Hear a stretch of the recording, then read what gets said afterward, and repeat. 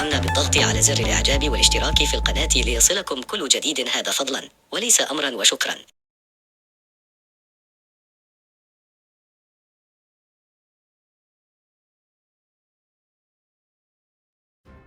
قال الدولي المغربي ياسين بونو حارس مرمى فريق الهلال السعودي إن تمثيل فريقه أفضل حاليا من حضور حفل الكرة الذهبية الذي أقيم مساء أمس الاثنين في باريس وعرف تتويج النجم الأرجنتيني ليونيل ميسي.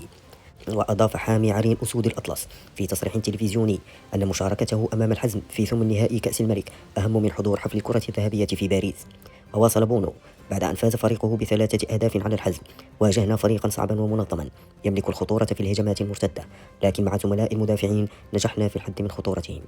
وتابع: تحسن أداء الفريق في الشوط الثاني، سجلنا ثلاثية ساعدتنا على الفوز والتأهل في كأس الملك.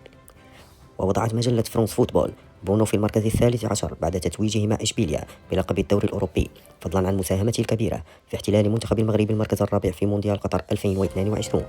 تجدر الإشارة إلى أن بونو احتل أيضا المركز الثالث في جائزة ليفياتشين التي آلت للأرجنتيني إيميليانو مارتينيز.